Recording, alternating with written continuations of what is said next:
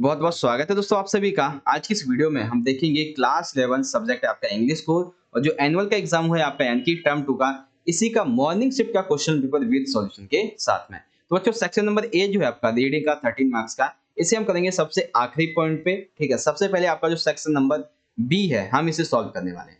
तो section number B में देखिए क्वेश्चन नंबर थर्ड था आपका डिजाइन पोस्टर, किसके ऊपर है? Regular exercise. तो एक सैंपल पर मैंने अपलोड किया था, उसमें आपको एक जो टॉपिक था उसके ऊपर, वो टॉपिक मेरा क्या था कि वर्ल्ड हेल्थ डे। तो आपको क्या करना था, सिर्फ इस टॉपिक के नाम को चेंज कर देना था और लिख देना था रेगुलर एक्सरसाइज। ठीक है, तो आप क्या करेंगे, इस टॉपिक को कट करके क्या कर देते हैं, रेगुलर एक्सरसाइज। अब देखो स्लोगन क्या लिख देंगे हम, हेल्थ डे। अब इसको आपको डेट लिखने की जरूरत नहीं है क्योंकि वर्ल्ड जो हेल्थ डे है वो 7 अप्रैल को ही मनाया जाता है।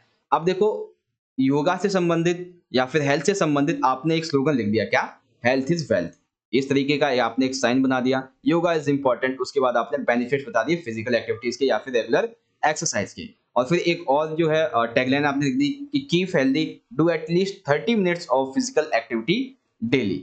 अब देखो किस बिहाफ पे आपको लिखना है, secretary of the sports club. तो यहाँ पे जो इश्यू करेंगे हम, इश्यू किसके द्वारा कर देंगे, हेल्थ, जो हेल्थ डिपार्टमेंट है इसकी जगह हम लिख देंगे issued by the secretary of the sports club. बस इस तरीके से आप लिख देंगे, सिंपल सा। ठीक है, तो आपका एक पोस्टर जो है इस तरीके से आसानी से तैयार हो जाएगा। सेकंड क्वेश्चन था आपका यहाँ पे अटेम्प्ट एनी वन।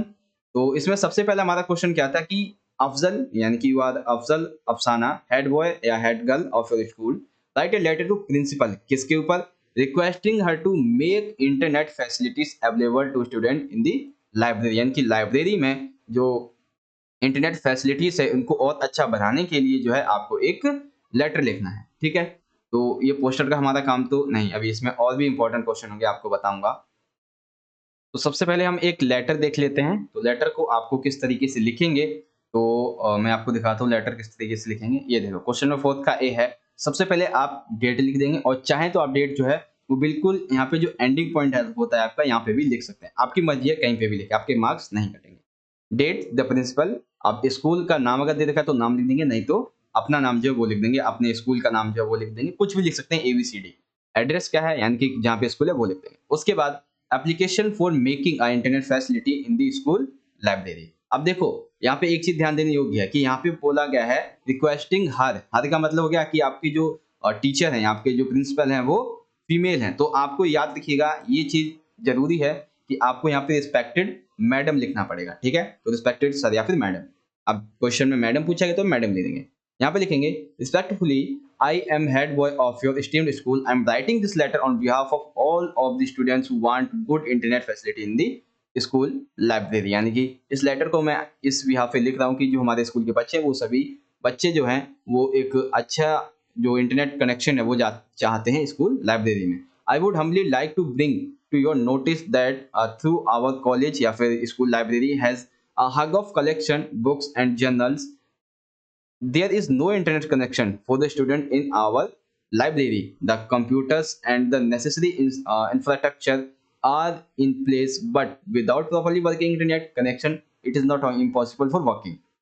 यानी कि हमारे पास बहुत सारे कंप्यूटर्स भी हैं और इंटरनेट से संबंधित सभी जो चलने वाले उपकरण हैं वो भी हैं, लेकिन जब हमारे पास इंटरनेट का प्रॉपर कनेक्शन ही नहीं होगा तो ये चलेंगे कैसे? We all know that internet communication is now the fastest communication through which student can get connected with the great libraries of the world। यानी कि इंटरनेट कनेक्शन से जो बच्चे वो बहुत अच्छी अच्छी लाइब्रेरी से कनेक्ट कर सकते हैं। Really it is unfortunate that due to lack of internet consultation is our college या फिर our school we are becoming deprived of the access to the vast world information and knowledge. यानी कि अगर हमारे पास जो इंटरनेट है वो अच्छा रहेगा तो हम जो है बहुत अच्छी नॉलेज प्राप्त कर सकेंगे वर्ल्ड से, अगर नहीं होगा तो हम इससे बिछड़ जाएंगे, छूट जाएंगे इस तरीके से। देयरफॉर इसीलिए we request you to pay attention to this problem of ours and take positive step as soon as possible. It will be so kind of you. Your obediently, यहाँ पे दो बार लिख दिया है, ये गलत है, एक ही बार लिखेंगे, योर सोविडेंटली अफजल हेड बॉय। ठीक है, तो इस तरीके से आपने ये जो लेटर है वो यहाँ पे लिख दिया। ठीक है, आपके 5 मार्क्स, कितने मार्क्स का ये क्वेश्चन है हमारा? हाँ, 5 मार्क्स कंप्लीट। अब देखो एक डिबेट आई हुई है आपकी, ठीक है, सूरज और श्वेता, एक डिबेट आई हुई है आपकी कि online education is the future of education. तो देखो मैं आपको बता दूं अभी तक कि पोस्टर जो मैंने आपको बताया था सेम एज इट इज आ गया है। ऑनलाइन एजुकेशन जो डिबेट आई हुई है वो डिबेट भी मैं आपको दिखा देता हूँ, वो डिबेट भी इसी सैंपल पेपर से एज इट इज सेम आई है। ठीक है, online smart class are the future of education style. तो इसमें भी देख सकते हैं जो डिबेट है वो आप किस तरीके से लिखेंगे। तो इस तरीके से online smart class are the future of education style, पहले मोशन में तो लिखेंगे ऑनरेबल जजेस, respected teachers and dear friends, I stand before you to express my views on the topic. Online class are the future of education and start.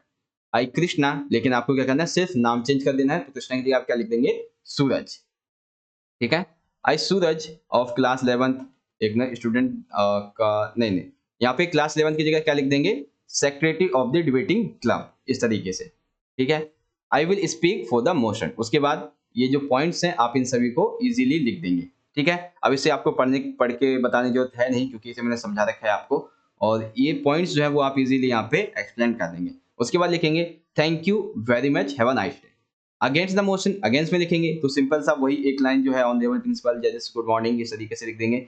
और उसके बाद जो start कर देंगे हम अपनी जो कहावत है उसके ऊपर, देन लास्ट में लिखेंगे thank you very much, have a nice day, इस तरीके से। ठीक है, तो आपको समझ में आ गया ये पॉइंट। तो इस तरीके से देखो पोस्टर भी हो गया और जो डिबेट हो गई, दोनों ही आपको पहले से ही करवाई जा चुकी थी। अगर आपने अच्छे से पढ़ाई की होगी तो आपको बिल्कुल भी इसको करने में आसान, मतलब घबराहट नहीं हुई होगी, आपने आसानी से कर दिया होगा। तो मोशन में भी आपको बता दिया है और अगेंस्ट में भी आपको बता दिया है। ठीक है, तो ये चीज आपको समझ में आ गई। अब देखो क्वेश्चन नंबर 5 क्या कहता है। 5 ग्रामेटिकल पार्ट है यहाँ पे, और ये बहुत ही एकदम कह सकते हैं बहुत ही इजी सा है। देखो यहाँ पे फिलिंग ब्लैंक्स पर आपको भरने हैं। They were bored as they were dash to do. अब देखो यहाँ पे क्या करना है, डेटरमिनस आपको लिखाने हैं।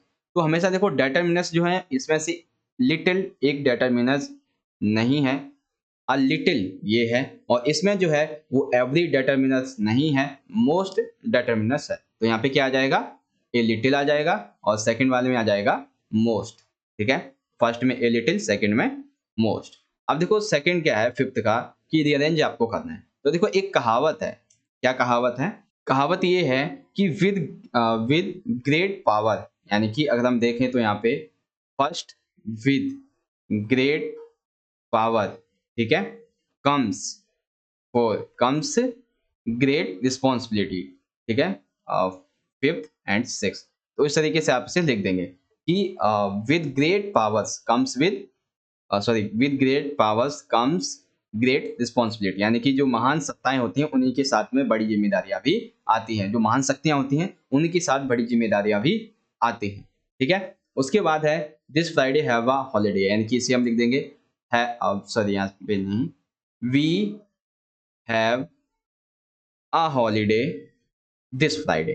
ठीक है, इस तरीके से तो आप जो है इसे इस तरीके से लिख देंगे आसानी से। दोबारा से देख लीजिए कि विद ग्रेट पावर, एक सेकंड क्या था, हाँ, with great power comes great responsibilities. उसके बाद we have a holiday this Friday, simple सा। समझ में आ गया आप सभी को। तो इस तरीके से आपका सेक्शन बी यहाँ पे कंप्लीट हो जाता है। सेक्शन नंबर सी देख लेते हैं एक बार। सेक्शन नंबर सी में देखिए हमारे 5 क्वेश्चन है। क्वेश्चन नंबर 6 में आपको कौन से करने हैं, 4 करने, 5 करने होते हैं। तो क्वेश्चन है how does the rain give back life to its own origin, explain with reference to the poem of the voice of the rain. तो देखो आपको 2 मार्क्स से जो इंपॉर्टेंट क्वेश्चन मैंने आपको करवाए हुए थे, ठीक है, इसमें हाँ जो हमारा क्वेश्चन नंबर था, मैं आपको बताता हूँ एक बार। क्वेश्चन नंबर इसमें देख लेते हैं, मेरे को वैसे याद नहीं है कहाँ गई हमारी 2 मार्क्स की इंपॉर्टेंट क्वेश्चन। तो ये जो जिसमें हमारा पोस्टर भी आया हुआ था और ये जिसमें से हमारी डिबेट भी आई हुई थी, इसी में हमारा एक क्वेश्चन है, यहाँ पे मैं आपको दिखाता हूँ अभी। ये वाला को जो क्वेश्चन है देखो, what is the central idea of Walt Whitman's poem. तो इसी क्वेश्चन को थोड़ा सा डिफिकल्ट तरीके से पूछ दिया गया है कि how does then give back life to its own origin. तो इसका देखो आंसर हम किस तरीके से लिखेंगे। क्वेश्चन नंबर 6 जो सी है हमारा, और लेकिन इसमें हमारा पहला है, तो लिखेंगे the poet wants to convey the worth, growth, change and finally the blessings of the rain. It is the water that's, यानी कि जो पानी जो है वो बादलों में जाता है और आसमान में घूमता है, बहुत सारी शेप्स में चेंज होता है, बट फाइनली ये जो है पानी के रूप में वापस से अर्थ पर आ जाता है। उसके बाद it purifies and bars and aids beauty all the things to earth, then does it duty unmindful of recognition. Human beings should be learn a lesson from this and make effort to preserve the earth। यानी कि एक तरीके से ये जो question है वो पूरा का पूरा सेम एज इट इज यही क्वेश्चन है। सेकंड क्वेश्चन हमारा what is the concept of sustainable development, यानी कि सस्टेनेबल डेवलपमेंट के लिए जो कॉन्सेप्ट है वो क्या है। तो कॉन्सेप्ट देखते हैं हमारा यहाँ पे नीचे आएगा, हाँ 6 का B, development that meets the needs of present, यानी कि डेवलपमेंट जो है वो एक तरीके से हमारी जो अभी वर्तमान की आवश्यकता है वो है, without harming the needs of the future generation, यानी कि डेवलपमेंट में इस तरीके से करना चाहिए जो कि वर्तमान में जो भी संसाधन है उसे नष्ट ना करे, इज कॉल्ड सस्टेनेबल डेवलपमेंट, यानी कि इसी को हम सस्टेनेबल डेवलपमेंट कहते हैं। We have to keep balance, हमें इसको बैलेंस करना होगा। The principal of biological system of the earth use judiciously, यानी कि हमें जो सही तरीके से जो अर्थ की प्रिंसिपल्स हैं जैसे कि फिशर्स है, फॉरेस्ट है, ग्रासलैंड्स हैं, क्रॉपलैंड्स हैं, इनका हमें सही से उपयोग करना चाहिए। They must be preserve for the future generation, यानी कि इन सभी को हमें अपने जो आने वाली जनरेशन है उसके लिए भी बचा के रखना चाहिए। थर्ड क्वेश्चन क्या है, why did Crocker Harris not disclose the result, not disclose the result. तो यहाँ पे देखो 2 मार्क्स में जो हमारा क्वेश्चन नंबर 9 है, अभी मैं आपको दिखाता हूँ 2 मार्क्स क्वेश्चन नंबर 9, हाँ ये देखो यहाँ पे है, it was the rule that result would be announced by the headmaster alone, the Crocker teachers मतलब the other teachers did not care of this rule, but Crocker Harris was a man of principle, he never disclose the result like the other teachers. देखो ये question क्या है कि वो क्यों नहीं करते थे, बस इसमें क्या पूछा गया है कि उन्होंने टेप्लो का रिजल्ट क्यों नहीं बताया, तो टेप्लो का रिजल्ट भी as it is same answer यही लिखेंगे आप, ठीक है। उसके बाद डी है, how was opinion of history teacher about Albert different the mathematics teacher. तो देखते हैं भाई किस तरीके से डिफरेंस था। तो ये क्वेश्चन जो है इसका आंसर एक तरीके से थोड़ा सा बड़ा है और ये आपको मिलेगा, हाँ देखो ये वाला सैंपल पर है जिसमें मैंने आपको बताया था। तो हमें किसके बारे में बताना है यहाँ पे बेसिकली कि डिफरेंट किसके बीच में, मैथमेटिक्स एंड हिस्ट्री टीचर। तो देखो मैथमेटिक्स पहले हिस्ट्री टीचर क्या कहते थे, तो हिस्ट्री टीचर जो थे वो यहाँ पे कहाँ गया हिस्ट्री टीचर हमारे, हाँ ये रहे, देखो वो डिसएग्री होते थे किस बात से कि ये फैक्ट्स को फिगर्स को याद करने में ये याद नहीं कर पाता था सिंपल सा इस तरीके से, ठीक है। और लेकिन हाँ कभी भी उसने इसकी इंसल्ट नहीं की थी। उसके बाद मैथमेटिक्स टीचर क्या कहते हैं, वो ये कहते हैं कि भाई इसे तो हमें कुछ भी पढ़ाने की जरूरत नहीं है क्योंकि इसे सभी तो सब कुछ पहले से ही पता है, सिंपल सा। तो ये आपको थोड़ी सी यहाँ से लाइन जो है कितनी, ये यहाँ पे यहाँ से लेके इतनी लाइन आपको लिखनी थी, सिंपल सा, ठीक है। उसके बाद फोर्थ यहाँ पे फिफ्थ क्वेश्चन है हमारा, how did Miss Fitzgerald try to help Miss Pearson. तो किस तरीके से हेल्प की थी मिस पियर्सन की, उसके बारे में लिखेंगे। तो देखो ये क्वेश्चन मैंने ऑलरेडी आपको बताया हुआ था लेकिन फिर भी यहाँ पे मुझे मिल नहीं रहा था तो मैं आपको बता देता हूँ। तो देखो जो मिस फिजगार्ड थी उन्होंने क्या किया, change their bodies through magic spell, यानी कि एक जादुई तरीके से उनकी जो बॉडी थी अपनी आत्मा जो थी उनको चेंज कर दिया। नाउ मिस फिजगार्ड लुक लाइक, यानी कि अब जो थी वो मिस फिजगार्ड मिस पियर्सन थी और मिस पियर्सन मिस फिजगार्ड थी। उसके बाद जब पूरी तरीके से उनकी फैमिली जो थी उसे उन्होंने क्या किया, एक तरीके से सबक सिखा दिया, तो उसके बाद उन्होंने अपनी बॉडी चेंज कर ली। तो इसी को हम जब एक्सप्लेन करेंगे तो हम कह देंगे कि जो मिस फिजगार्ड थी उन्होंने मिस पियर्सन की इस तरीके से हेल्प की थी। उसके बाद है, how did the realisation of being the master of his own mind help the poet of the poem childhood, यानी कि जो चाइल्डहुड पोएम का जो पोएट है उसे किस तरीके से इस चीज का पता चला कि अब वो जो है अपनी जो माइंड की पावर है उसकी काफी अच्छी हो गई है। तो देखो the realisation that he was a master of his own mind and could use it any way he like, यानी कि अब जो है उसका माइंड जो है उस तरीके से अपने माइंड का मास्टर बन चुका है, अब वो किसी भी रास्ते पर अच्छे से चल सकता है एंड उसके अंदर एक सेल्फ कॉन्फिडेंस आ गया था। नाउ अब वो एक इंडिपेंडेंटली तरीके से सोच सकता था और वो किसी भी ऐसे व्यक्ति के जो इन्फ्लुएंसर होते हैं या मोटिवेशन स्पीकर होते हैं उसकी कोई जरूरत नहीं थी। तो इस तरीके से आप इसके भी आंसर यहाँ पे कंप्लीटली लिख देंगे, ठीक है। तो इस तरीके से देखा जाए तो आपके यहाँ पे 2 क्वेश्चन ऐसे जो मैंने आपको नहीं समझाए थे, उसके अलावा जितने भी क्वेश्चन वो आपको समझा रखे थे। तो यहाँ पे देख सकते हैं कि क्वेश्चन जो थे वो काफी इंपॉर्टेंट थे, अगर आपने पढ़े होंगे तो आपको समझ में आया होगा। अब देखते हैं यहाँ पे अगला, अब क्वेश्चन नंबर 7 है, बेसिकली इसमें आपके 3 क्वेश्चन है एक साथ। तो सबसे पहला है कि what was the purpose of narrator journeys mount Kailash, यानी कि माउंट कैलाश जो था वहां पर जाने का नरेटर का क्या और जर्नी जो पर्पस था वो क्या था। उसके बाद उसने कौन सा रूट अपनाया एंड उसे कौन सी जो फिजिकल एक तरीके से कह सकते हैं कि डिफिकल्टीज थे कहाँ पे डार्चिन में, उससे क्या किस तरीके से एक्सपीरियंस किया उसके बारे में। तो इसका आंसर देखो बेसिकली मैंने आपको करवाया हुआ है, बस एक पॉइंट जो है इसमें से वो नहीं करवाया था मैंने कि रूट डिड ही टेक, वो रूट कौन सा था इसके बारे में। तो इसका आंसर देख लेते हैं बेसिकली यहाँ पे। तो देखो आंसर लिखेंगे the purpose of the author's journey to mount Kailash was a complete the kora which was a scared religious ritual according to Hindu and Buddhism tradition. अब कौन सा इन्होंने जो रास्ता अपनाया था, तो रास्ता जो था वो इन्होंने अपनाया था साउथ वेस्ट का, ठीक है, एक ये शॉर्टकट था। He says is it is a direct route to Mount Kailash. In order to reach their destination, they would have to cross to high mountain passes. तो ये उनका रास्ता था। On the way, they crossed through a small number of gazelles, head of widenesses and shepherds that were tending the flocks। इस तरीके से लिख देंगे। उसके बाद क्या उसे फिजिकल प्रॉब्लम थी, तो the author physical condition in Darchin, the author suffered a cold which made him very uncomfortable. He had a problem in breathing, especially when he laying down. He felt that he have went to sleep, he would never wake up। यानी कि तरीके से वो चाहता था कि मैं सो जाऊं, लेकिन उसने क्या किया था, डार्चिन में जाके वहाँ पे जो जनरल स्टोर्स थी उससे मेडिसिन ली और अपनी जो रिलीफ थी, मतलब एक तरीके से सहायता उसको मेडिसिन के द्वारा मिली थी। उसके बाद है कि what quality lead Andrew monsoon help Morgan's family, यानी कि मॉर्गन फैमिली की जो मॉर्गन फैमिली थी उसको एंड्रू की किन किन क्वालिटीज की वजह से उसने हेल्प की थी। तो कौन कौन सी क्वालिटीज हैं उसको देख लेते हैं। तो ये क्वेश्चन भी आपको करवाया हुआ है, तो देखते हैं। तो Andrew was a young doctor, पहले तो एंड्रू के बारे में आप लिखेंगे, तो लिखेंगे Andrew was a young doctor, he was dedicated and hard working medical practitioner, यानी कि वो एक किशोरावस्था वाला एक डॉक्टर था, यंग था, वो एक डेडिकेटेड अपने कर्तव्य के प्रति, अपने मेडिकल प्रैक्टिस थी उसके प्रति बहुत ही डिवोटेड था। He never field his in calling, यानी कि वो कभी भी अब हार नहीं मानता था। He was full of ideas, उसके पास बहुत सारे आइडियाज होते थे। ही जज every case on it's merit, यानी कि वो अपनी योग्यता के अनुसार हर एक केस को सॉल्व करता था।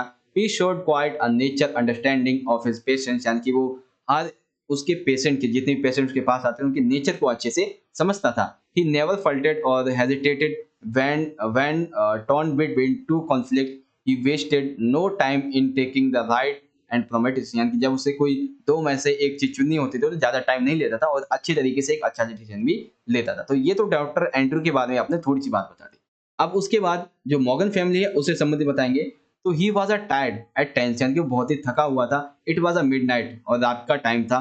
But through his calling he appoint जो to attend Susan Morgan who was a labour, यानी कि अब जो है इसे एक कॉल आता है कि अब जो है इसे जाना है कहाँ पे, सुजैन के यहाँ पे, जो कि मॉर्गन का पति है, ठीक है, मॉर्गन की वाइफ है बेसिकली, जो क्लेवर है। ही did not mind a waiting, यानी कि उसने किसी भी तरीके की कोई जो है एक तरीके से कोई गुस्सा वगैरह नहीं दिखाया, और वो सीधा ही did not settle his fees, यानी कि उसने कोई जो है आराम नहीं किया। He waited till dry break without wink of sleep, यानी कि बिना सोए हुए वो वहां से चल पड़ा। He proved his worth when he faced a dilemma. उसके बाद the mother was sinking and the baby had no heartbeat.